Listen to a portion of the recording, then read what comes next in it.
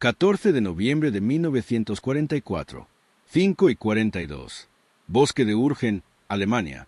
El cabo James Keller se agazapó en una trinchera fangosa a 300 metros de un puesto de observación alemán que había matado a 47 soldados estadounidenses en los últimos 11 días. El búnker se alzaba incrustado en la ladera como un tumor maligno, su rendija de disparo invisible salvo por los fogonazos que precedían a la muerte. El aliento de Keller formaba pequeñas nubes en el aire gélido mientras estudiaba la estructura a través de la mira telescópica de su rifle, buscando algo que todos los demás habían pasado por alto.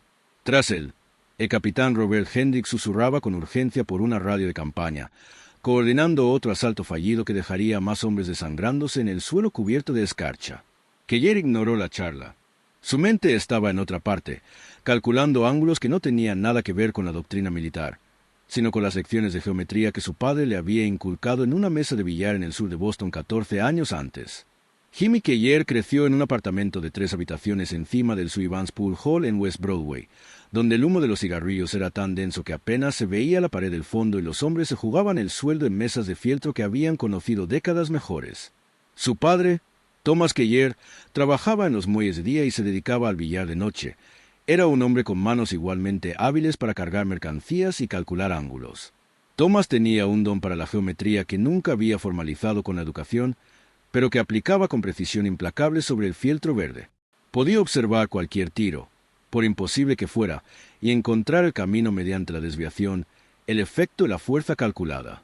Cuando Jimmy cumplió 8 años, Thomas empezó a enseñarle no solo a jugar al billar, sino a ver el mundo como una serie de ángulos, trayectorias y caminos ocultos. Preparaba tiros imposibles, combinaciones que requerían que la bola blanca rozara 3 bandas y otras 2 bolas antes de hundir el objetivo, y luego hacía que Jimmy calculara la solución antes de intentarlo. Si Jimmy se equivocaba, Thomas golpeaba la mesa con el taco y decía lo mismo cada vez. Los ángulos no mienten, muchacho. La gente sí. Confía en la geometría. Para cuando Jimmy cumplió 16 años, podía dominar una mesa contra hombres que le doblaban la edad, viendo tiros que otros ni siquiera podían imaginar y ejecutándolos con una precisión que parecía casi sobrenatural. Pero los billares no cubrían mucho más que el alquiler y el whisky, y cuando Thomas Keller murió de neumonía en el invierno de 1941, Jimmy se encontró trabajando en los mismos muelles donde había trabajado su padre, cargando barcos Liberty con destino a una guerra que aún no había llegado a las costas estadounidenses. Entonces ocurrió Pearl Harbor, y 6 meses después, Jimmy se encontraba en una oficina de reclutamiento, firmando los papeles que lo enviarían a Camp Blanding, Florida, donde los sargentos de instrucción descubrirían que tenía un talento inesperado. En el campo de tiro, Jimmy disparaba siempre mejor que los hombres que habían crecido cazando en la América rural, no porque tuviera mejor vista o manos más firmes, sino porque entendía algo fundamental de balística que otros consideraban instinto. Veía las trayectorias de las balas de la misma manera que veía los tiros de billar, como problemas de geometría donde el viento, la distancia, la gravedad y el movimiento del objetivo eran simplemente variables en una ecuación. Sus instructores se dieron cuenta. Para agosto de 1942, Keller había sido seleccionado para el entrenamiento de francotiradores, una escuela especializada donde enseñaban a los hombres a matar desde distancias que hacían irrelevantes las tácticas de infantería convencionales. La doctrina del francotirador en 1944 era relativamente sencilla. Se buscaba una posición oculta con visibilidad clara hacia el enemigo, se calculaba la distancia y el viento, y se esperaba que se presentara un objetivo. Se apuntaba al centro del cuerpo, si se era hábil y las condiciones lo permitían, a la cabeza. No se intentaban disparos a través de aberturas estrechas, no se intentaba que las balas rebotaran en superficies duras. Y, por supuesto, no se aplicaban técnicas improvisadas que no hubieran sido probadas por generaciones de tiradores. El ejército había desarrollado estas reglas con la experiencia, y desviarse de ellas solía ser motivo de muerte. Keller comprendía la doctrina, incluso la respetaba, pero su formación en el billar le había enseñado algo que el ejército no, que a veces el tiro imposible era simplemente un problema de geometría que nadie se había molestado en resolver. Esa mentalidad le fue muy útil en el norte de África y Sicilia, donde su número de bajas confirmadas aumentó constantemente mientras otros francotiradores pasaban apuros. Pero no fue hasta el bosque de Urgen que Keller descubriría un problema tan complejo, tan aparentemente imposible, que incluso su pensamiento poco convencional sería puesto a prueba hasta su límite absoluto. El puesto de observación había aparecido a finales de octubre, poco después de que la 28ª División de Infantería se adentrara en el terreno de pesadilla del bosque. Alguien con considerables habilidades de ingeniería lo había construido en una ladera natural, utilizando hormigón armado, vigas de acero y un ingenioso camuflaje para crear algo casi invisible y prácticamente invulnerable. La ranura de tiro tenía solo 20 centímetros de ancho y estaba ubicada en un ángulo que imposibilitaba los disparos directos. Peor aún, el observador alemán que se encontraba en el interior solo se dejaba ver una fracción de segundo, justo lo suficiente para identificar las posiciones estadounidenses antes de enviar por radio las coordenadas de artillería que lloverían minutos después con una precisión devastadora. El puesto tenía una vista clara de una carretera de suministro crucial, lo que significaba que los convoys estadounidenses debían arriesgarse a quedar expuestos o tomar una ruta mucho más larga que prolongaba los plazos de entrega. El mando de la división quería eliminarlo, pero todas las opciones convencionales habían fracasado. Los ataques de artillería habían agujereado la ladera sin tocar el búnker. Los equipos de mortero habían agotado su munición intentando lanzar proyectiles a través de la estrecha abertura. Y 3 francotiradores ya habían muerto intentando disparar directamente. Sus posiciones fueron reveladas por el fogonazo de los cañones antes de que las ametralladoras alemanas los abatieran. El capitán Hendrix casi se dio por vencido cuando alguien mencionó a Keller el cabo con la extraña reputación de tiros imposibles. Hendrix se mostró escéptico. Había visto morir a demasiados soldados porque se creían más listos que la doctrina, pero la desesperación hizo que los hombres reconsideraran sus principios. El 13 de noviembre, tomó a Keller aparte y le explicó la situación. El puesto de observación debía quedar en silencio permanentemente, y los métodos convencionales no funcionaban. ¿Podría Keller encontrar una solución? Keller pidió 12 horas para estudiar el objetivo, 300 balas para probar y la promesa de que nadie interferiría en su trabajo. Hendrix aceptó, principalmente porque no tenía otras opciones y porque enviar a un francotirador más a una probable muerte no era muy diferente de los 3 que ya había perdido. Keller pasó las primeras 6 horas simplemente observando el búnker con binoculares desde 4 posiciones diferentes, dibujando la estructura en un cuaderno impermeable y midiendo ángulos con un pequeño transportador de latón que llevaba consigo desde Boston. Observó cómo la ranura de disparo se inclinaba 15 grados hacia abajo para cubrir la carretera, cómo los muros de hormigón se extendían 1 metro más allá de la abertura visible, creando un nicho de protección para el observador, y como los alemanes habían colocado una gruesa capa de madera y tierra encima para contrarrestar el fuego enemigo. Observó cómo la luz se movía a través de la estructura a diferentes horas del día, revelando sutiles detalles invisibles con una iluminación plana. Y notó algo que otros habían pasado por alto, un estrecho espacio entre el muro de hormigón y una viga de acero en el que formaba parte de la estructura de soporte interna del búnker, visible solo desde un ángulo específico y solo durante un lapso de 15 minutos, cuando el sol de la mañana creaba suficiente contraste para distinguir el metal de la sombra. Ese hueco apenas tenía 8 centímetros de ancho y estaba situado a 45 centímetros detrás de la rendija de disparo, en una posición donde sería invisible para cualquiera que disparara desde posiciones convencionales de francotirador. Pero los ojos de Keller, con su ojo de billar, vieron algo completamente distinto. Vio un ángulo de deflexión. Si lograba colocar una bala con precisión en la superficie interior curva de esa viga de acero, en el ángulo exacto, el proyectil podría desviarse hacia abajo y hacia adentro, atravesando el hueco y penetrando en el interior del búnker, donde el observador se encontraba protegido por muros de hormigón. Era absurdo. Era un tiro de billar traducido a balística, una técnica que probablemente violaba todos los principios del manual del francotirador, y las probabilidades de éxito eran microscópicamente pequeñas. Pero Keller ya había visto antes tiros imposibles, y la geometría le hablaba en el mismo idioma que su padre le había enseñado sobre mesas de fieltro verde cuando tenía 8 años. Pasó las siguientes 6 horas calculando. El ángulo de deflexión debía tener en cuenta la velocidad de la bala, la dureza de la viga de acero, la construcción del proyectil y el hecho de que cualquier bala desviada se desviaría de forma impredecible al abandonar la superficie de la viga. Keller midió la distancia a 478 yardas, lo suficientemente cerca como para que la velocidad inicial de su rifle siguiera siendo alta, pero lo suficientemente lejos como para que incluso los errores más pequeños se magnificaran catastróficamente. Calculó el viento en el objetivo, los efectos de la temperatura en los armónicos del cañón y el punto de mira exacto en la superficie curva de la viga que podría producir la desviación que necesitaba. Luego hizo algo que ninguna doctrina militar aprobaría. Empezó a experimentar con diferentes tipos de munición para encontrar una que resistiera el impacto de la desviación que, al mismo tiempo, conservara suficiente energía para ser letal en el otro lado. La munición militar estándar estaba diseñada para penetrar la carne y cubrirse con poca luz, no para rebotar en acero endurecido y mantener la trayectoria. Keller necesitaba algo diferente. Rebuscó entre las cajas de suministros hasta encontrar varias cajas de balas perforantes M2, proyectiles diseñados para atravesar la chapa de los vehículos a corta distancia. Las balas tenían núcleos de acero endurecido que podrían sobrevivir al impacto de la desviación sin fragmentarse por completo. Disparó 20 balas de prueba contra el casco dañado de un tanque Sherman en ángulos similares, estudiando cómo se comportaban los proyectiles al impactar el metal endurecido en impactos oblicuos. La mayoría se fragmentó inútilmente, pero algunos se desviaron con suficiente masa restante como para ser peligrosos. No era mucho, pero algo era algo. Keller calculó que necesitaría condiciones perfectas, un posicionamiento perfecto y más suerte de la que cualquier persona razonable apostaría. Pero la geometría decía que era posible. Los ángulos no mentían. La gente sí. Y Jimmy Keller había aprendido hacía mucho tiempo a confiar en las matemáticas incluso cuando el sentido común le decía lo contrario. A las 5:30 del 14 de noviembre, Keller se había posicionado en una trinchera cuidadosamente elegida que le proporcionaba el ángulo exacto que necesitaba para apuntar al haz. La posición era expuesta, incómoda y sería indefendible si los alemanes lo detectaban, pero era el único lugar donde la geometría funcionaba. Cargó su Springfield con una de las preciadas balas perforantes, se tranquilizó y comenzó la espera más larga de su carrera militar.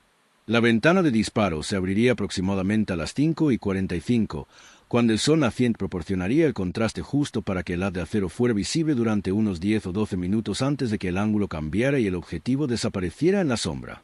Tendría una oportunidad, quizá dos con mucha suerte, antes de que las ametralladoras alemanas triangularan su posición y pusieran fin al experimento definitivamente. El capitán Hendricks se había posicionado 70 yardas detrás de la trinchera de Keller con un operador de radio y un médico, lo suficientemente cerca para observar, pero lo suficientemente lejos para evitar estar en la zona de muerte inmediata cuando los alemanes respondieran.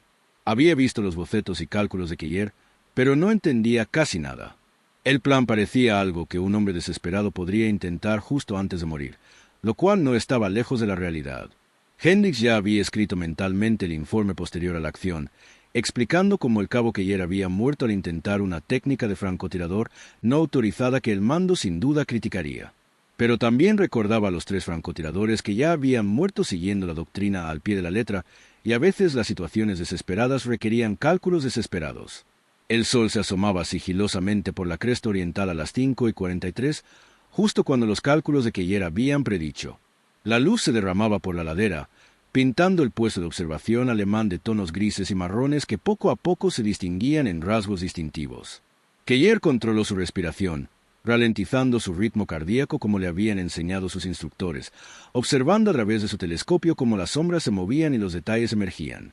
Entonces, a las 5:46, lo vio, el estrecho espacio entre el hormigón y la viga de acero, repentinamente visible cuando la luz de la mañana incidió sobre la superficie metálica en el ángulo exacto.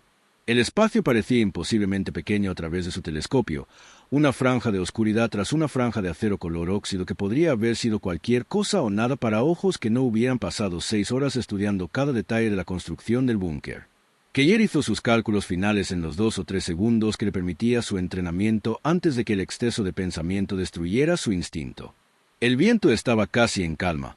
Los efectos de la temperatura eran mínimos a esa distancia y la superficie de la viga parecía seca, lo que significaba menos imprevisibilidad en el ángulo de deflexión. Colocó la mira en un punto aproximadamente a 5 centímetros a la izquierda del borde, visible del hueco, en la superficie curva de la viga de acero donde la geometría indicaba que la deflexión podría funcionar. El punto de mira parecía absurdamente erróneo para cualquier entrenado en puntería convencional. Estaba disparando deliberadamente a una viga de acero en lugar de a la carne, intentando hacer rebotar una bala en un objetivo que no podía ver, usando una técnica que probablemente no debería intentar alguien que quisiera sobrevivir a la mañana. La voz de su padre resonó en su memoria. Los ángulos no mienten, muchacho. La gente sí. Confía en la geometría. Keller apretó el gatillo a las 5:47. El Springfield le golpeó el hombro con una fuerza que le era familiar. El estallido del disparo resonó en la ladera helada, delatando al instante su posición. A través de la mira, Keller vio cómo la bala impactaba justo donde había apuntado, impactando la viga de acero, dejando una pequeña lluvia de chispas y óxido. Durante un instante, no ocurrió nada. Entonces, desde algún lugar del interior del búnker, se oyó un sonido apagado que podría haber sido un grito o nada en absoluto. Keller no esperó a confirmarlo. El fuego de las ametralladoras alemanas estalló desde posiciones de apoyo 300 metros al sur, trazadoras que atravesaban el espacio donde había estado tendido mientras rodaba de lado hacia una cobertura más profunda que había preparado horas antes. El capitán Hendricks observaba con binoculares, esperando ver fuego de respuesta desde la rendija del puesto de observación, la respuesta inmediata habitual a cualquier intento de francotirador. Pero la rendija permaneció oscura y silenciosa. Pasaron 10 segundos, 20, 30, ningún movimiento desde el búnker, ningún fogonazo, ningún observador alemán radiando coordenadas para los ataques de artillería. Keller había fallado por completo y los alemanes esperaban un objetivo mejor, o algo extraordinario acababa de ocurrir. Hendricks activó su radio y ordenó el avance de una patrulla de reconocimiento, una decisión que confirmaría un éxito imposible o recogería otro cadáver estadounidense para la unidad de registro de tumbas. La patrulla llegó al puesto de observación 45 minutos después, moviéndose con la extrema precaución de quienes esperan disparos de ametralladora en cualquier momento. Pero el búnker permaneció en silencio. Cuando el teniente Carl Morrison finalmente llegó a la ranura de tiro y miró dentro con una linterna, encontró algo que se discutiría en susurros entre las unidades de francotiradores durante los siguientes 6 meses. Un Hauptmann alemán yacía muerto tras el muro de hormigón, asesinado por un fragmento rodante de un núcleo de acero revestido de cobre que se había colado por el estrecho hueco entre la viga y el hormigón en ángulo descendente, impactándolo en la parte superior del pecho y seccionándole la arteria subclavia. El hombre se había desangrado en unos 90 segundos, solo en su posición fortificada, muerto por un disparo que no debería haber sido posible y que probablemente nunca había comprendido. El búnker contenía mapas detallados que mostraban cada posición estadounidense a lo largo de un frente de 3 millas, equipo de radio para coordinar la artillería y un registro de francotirador que registraba 47 muertes confirmadas desde 28 de octubre. El oficial alemán había estado destruyendo sistemáticamente un regimiento entero desde esta única posición, y ahora se había ido, eliminado por la geometría y la desesperación traducidas en una sola bala perforante. El informe de Morrison llegó a Hendricks en menos de una hora, y Hendricks se enfrentó a una decisión inmediata que determinaría cómo los militares recordarían o olvidarían el logro de James Keller. La técnica violaba múltiples doctrinas establecidas sobre tácticas aceptables para francotiradores. No podía replicarse de forma fiable, la tasa de éxito sería pésima, y enseñarla ampliamente podría resultar en más muertes de francotiradores de las que salvaba. Pero había funcionado, sin duda, y el puesto de observación alemán que había paralizado el corredor de suministros de toda una división ahora guardaba silencio. Hendricks optó por un camino intermedio. Presentó un informe que atribuía a Keller la eliminación de un objetivo de alto valor, pero describió el método vagamente como explotación de debilidades estructurales mediante fuego de precisión, un lenguaje que sugería tácticas convencionales en lugar de geometría de billar. Recomendó a Keller para una estrella de bronce, pero no mencionó los ángulos de deflexión ni las vigas de acero. La cita se leería bien. Protegería a Keller de las críticas y evitaría la pesadilla burocrática de tratar de explicar por qué los francotiradores del ejército deberían comenzar a hacer rebotar balas en superficies duras como si estuvieran jugando al billar con vidas humanas. Pero la noticia se extendió de todos modos, como siempre ocurre entre soldados que respetan los resultados más que las normas. En 2 semanas, los francotiradores del bosque de Urgen estudiaban las posiciones fortificadas con nuevos ojos, buscando no disparos directos, sino huecos estructurales, vigas expuestas y ángulos de deflexión que pudieran abrirse paso a través de defensas supuestamente impenetrables. Un sargento de la 4ª División de Infantería utilizó una técnica similar para eliminar a una dotación de ametralladoras alemanas que disparaban desde un fortín de hormigón, desviando un proyectil en la bisagra expuesta del marco de una puerta para impactar al artillero desde un ángulo que creía protegido. Un cabo de la 9ª Infantería encontró la manera de hacer rebotar una bala en el suelo helado para que ésta alcanzara el conducto de ventilación de un búnker, matando a 2 alemanes que creían estar completamente a salvo. Las técnicas no eran fiables. Las tasas de éxito se mantuvieron por debajo del 15%, y varios francotiradores murieron cuando sus posiciones quedaron expuestas al intentar disparos fallidos. Pero durante noviembre y diciembre de 1944, las fuerzas aliadas neutralizaron silenciosamente más de 30 puestos de observación fortificados utilizando técnicas de desviación cuyo origen se remontaba a una sala de billar en el sur de Boston y a un cabo que había aprendido a confiar en la geometría por sobre la doctrina. Los oficiales de inteligencia de la división notaron el patrón, pero no pudieron explicarlo del todo. Las posiciones alemanas, que deberían haber sido seguras, se quedaron repentinamente en silencio. Las fortificaciones que requerían ataques de artillería o asaltos frontales eran eliminadas con disparos de fusil desde ángulos imposibles. Los alemanes también lo notaron.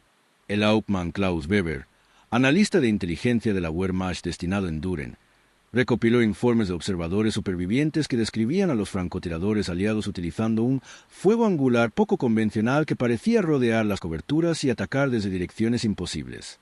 El informe de Weber de diciembre de 1944 al alto mando recomendó el refuerzo inmediato de todos los puestos de observación con muros interiores adicionales y la eliminación de cualquier elemento estructural expuesto, cambios que costaron a los alemanes tiempo y recursos valiosos, a la vez que redujeron la eficacia de su red de observación avanzada.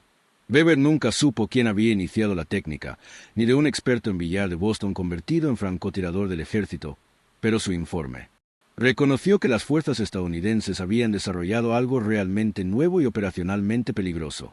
El propio Keller continuó trabajando durante el invierno, añadiendo 16 bajas confirmadas más a su historial antes de que un fragmento de mortero lo hiriera a finales de enero de 1945. La lesión no puso en peligro su vida, pero fue lo suficientemente grave como para enviarlo a casa. Primero a un hospital en Inglaterra y luego de vuelta a Boston, donde llegó en marzo a un barrio que había superado la guerra.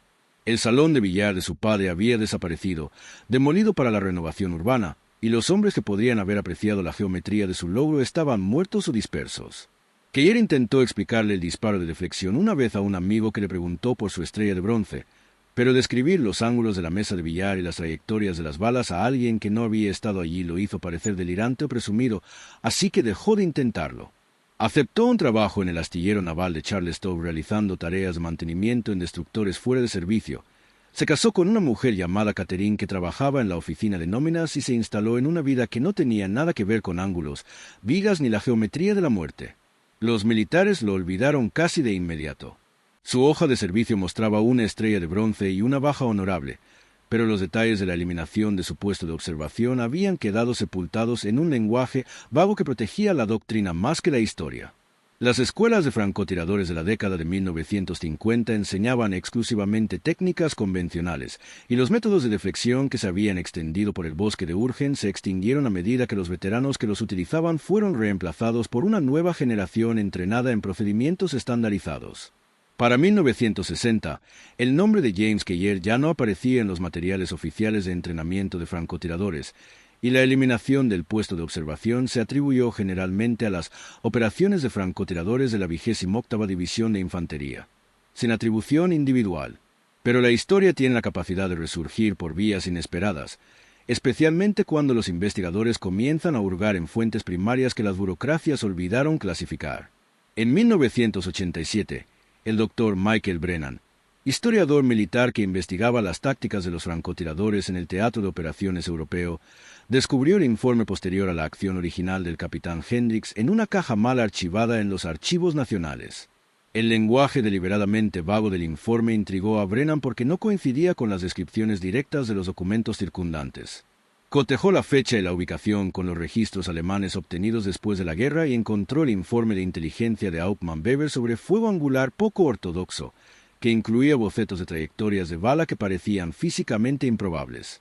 Brennan pasó los 3 años siguientes rastreando a los miembros supervivientes de la 28ª División de Infantería, entrevistando veteranos ancianos cuya memoria se estaba desvaneciendo, pero que recordaban historias sobre un cabo de Boston que podía hacer que las balas pasaran por las esquinas.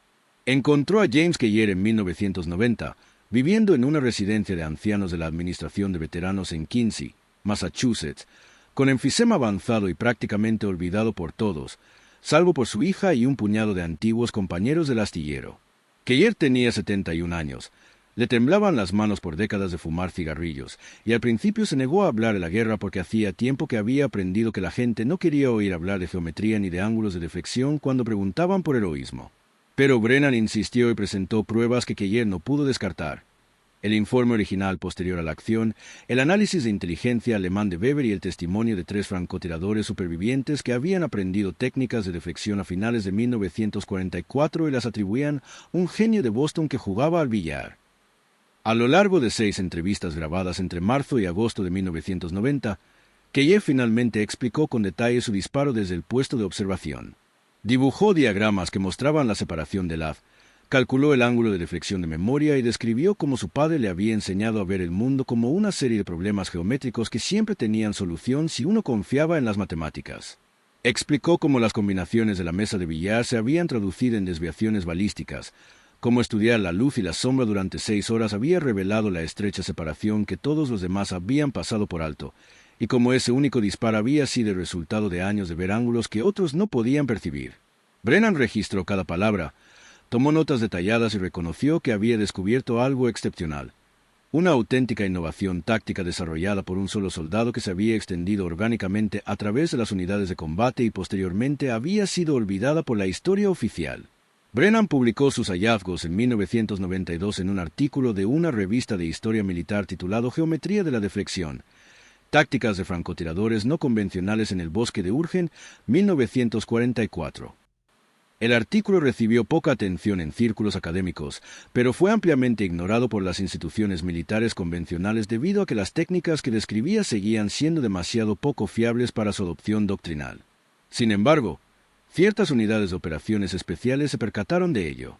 A mediados de la década de 1990, las escuelas de francotiradores de élite experimentaban discretamente con disparos de deflexión como último recurso para escenarios extremadamente específicos donde las tácticas convencionales habían fracasado.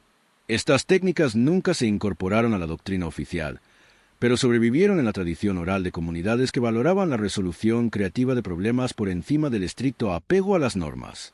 James Keyes falleció en noviembre de 1991, 7 meses antes de la publicación del artículo de Brennan. Nunca supo que su disparo desde el puesto de observación sería estudiado por futuras generaciones de francotiradores. Nunca supo que su geometría de billar había influido discretamente en las tácticas a lo largo de 50 años, y nunca recibió el reconocimiento que podría haber recibido si su técnica se hubiera documentado adecuadamente cuando importaba. Su obituario en el Boston Globe ocupaba 3 párrafos y mencionaba su estrella de bronce, pero no decía nada sobre vigas de acero, ángulos de deflexión ni sobre el Hauptmann alemán al que había matado desde una posición imposible en una gélida mañana de noviembre. Su hija Catherine conservó su rifle Springfield, su cuaderno de francotirador con sus minuciosos bocetos y cálculos, y el transportador de latón de su padre, artefactos que no significaban nada para la mayoría de la gente, pero que representaban una forma única de ver el mundo que había salvado cientos de vidas y luego había caído en el olvido. El puesto de observación alemán en el bosque de Urgen fue demolido durante la reconstrucción de posguerra. Sus muros de hormigón fueron demolidos y sus vigas de acero se recuperaron como chatarra, la cual probablemente terminó en edificios o puentes a lo largo de una Europa en recuperación. Ningún marcador indica dónde se alzaban y conmemora a los 47 soldados estadounidenses que mató antes de que el cabo Keyes acabara con su eficacia de un solo disparo improbable. La ladera ahora forma parte de un bosque conmemorativo, tranquilo y silencioso, visitado por turistas que recorren los senderos sin conocer la geometría de la muerte que una vez se desarrolló bajo sus pies. El capitán Robert Hendricks sobrevivió a la guerra, se retiró como coronel en 1962 y nunca habló públicamente sobre la decisión de enviar a Keyes tras el puesto de observación ni sobre la vaguedad que empleó en su informe posterior para proteger una táctica poco convencional de las críticas burocráticas. En una carta privada a Brennan en 1989, Hendricks admitió que sabía que el disparo de desvío era un truco de billar traducido a una necesidad militar, y que había ocultado deliberadamente los detalles porque creía que el ejército no estaba preparado para reconocer que, a veces, las mejores soluciones provenían de los jugadores de billar de Boston, que entendían la geometría mejor que los graduados de West Point de doctrina. Defendió su decisión, señalando que la estrella de bronce de Keyes era un verdadero reconocimiento, aunque la mención no reflejara toda la verdad, y que proteger el pensamiento poco convencional a veces era más importante que celebrarlo. Hendricks falleció en 1993, satisfecho de haber hecho lo correcto por un cabo que había salvado a todo un regimiento al ver ángulos que nadie más podía percibir. Los historiadores militares modernos siguen divididos sobre la importancia del disparo de deflexión. Los analistas conservadores argumentan que fue un accidente afortunado que no debe celebrarse, ya que podría fomentar una desviación peligrosa de las tácticas probadas. Los investigadores progresistas argumentan que la innovación táctica a menudo proviene de fuentes inesperadas y que el enfoque de Keyes representó exactamente el tipo de resolución adaptativa de problemas que distingue a los soldados eficaces de aquellos que siguen la doctrina hasta el fracaso. Lo que es innegable es que entre noviembre de 1944 y enero de 1945, los francotiradores aliados que utilizaron técnicas de deflexión eliminaron aproximadamente 127 posiciones alemanas fortificadas que los métodos convencionales no habían logrado neutralizar, lo que resultó en cientos de bajas evitadas. Si esos éxitos justificaron los riesgos asumidos por los francotiradores que intentaban disparos imposibles, sigue siendo una cuestión sin consenso. El impacto más duradero del ataque a Keller en el puesto de observación podría ser filosófico más que táctico. Su historia desafía la suposición de que la eficacia militar exige una estricta adhesión a la doctrina desarrollada por las autoridades institucionales. A veces, un soldado raso común, con habilidades poco convencionales y la disposición a pensar más allá de las restricciones regulatorias, puede resolver problemas que desconciertan a comandantes y oficiales de Estado Mayor. El ejército enseña este principio en los cursos de liderazgo, pero rara vez reconoce ejemplos concretos de sucesos reales, quizás porque celebrar la desviación de la doctrina genera preguntas incómodas sobre qué conocimiento es realmente importante y qué conocimiento se incluye en los manuales oficiales. En 2003, un pequeño grupo de historiadores militares y veteranos de las Fuerzas Especiales recaudó fondos para colocar una placa conmemorativa en la residencia de ancianos de la Administración de Veteranos donde falleció Keller, en conmemoración de su servicio y mencionando específicamente la eliminación del puesto de observación. La placa incluye la frase de su padre: «Los ángulos no mienten, muchacho. La gente sí». Un pequeño reconocimiento de que las lecciones de geometría aprendidas en un billar del sur de Boston habían trascendido el océano y salvado vidas de maneras que Thomas Keller jamás imaginó. La ceremonia fue discreta, a la que asistieron unas 30 personas, y no recibió cobertura mediática. Pero para los presentes, representó un reconocimiento de que la historia a veces olvida a sus personajes más interesantes y de que la distancia entre una mesa de billar y un campo de batalla puede ser menor de lo que la doctrina oficial admite. Jimmy Keller nunca se declaró un héroe. Nunca buscó reconocimiento más allá de la estrella de bronce que el capitán Hendricks se consiguió, y nunca creyó que su disparo de desvío fuera algo más que geometría aplicada a un problema inmediato. Le habrían desconcertado los historiadores que debatían su innovación táctica y probablemente le habrían avergonzado las sugerencias de que había cambiado la doctrina del francotirador. En su mente, simplemente vio un ángulo que otros habían pasado por alto, confió en las matemáticas que le había enseñado su padre y disparó un tiro que funcionaría o no. El hecho de que funcionara, que salvara vidas e influyera discretamente en las tácticas durante meses de brutal combate, fue satisfactorio, pero no sorprendente. Los ángulos no mienten. La gente sí. Y cuando se confiaba plenamente en la geometría, a veces lo imposible se volvía simplemente difícil. Y lo difícil se convertía en una sola bala que viajaba 478 yardas para impactar una viga de acero en el ángulo exacto y cambiarlo todo. El puesto de observación quedó en silencio a las 5 de la madrugada y 47 del 14 de noviembre de 1944. El Hauptmann alemán murió confundido y solo. El camino de suministro se reabrió. El regimiento avanzó.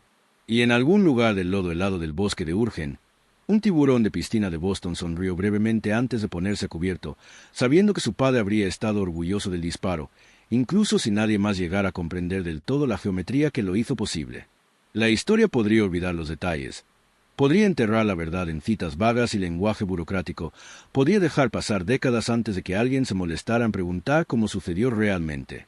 Pero los ángulos permanecieron verdaderos, preservados en cuadernos descoloridos e historias susurradas, a la espera de cualquier curioso lo suficientemente curioso como para calcular la trayectoria y descubrir que a veces el disparo imposible es solo un problema de geometría que nadie más se ha molestado en resolver.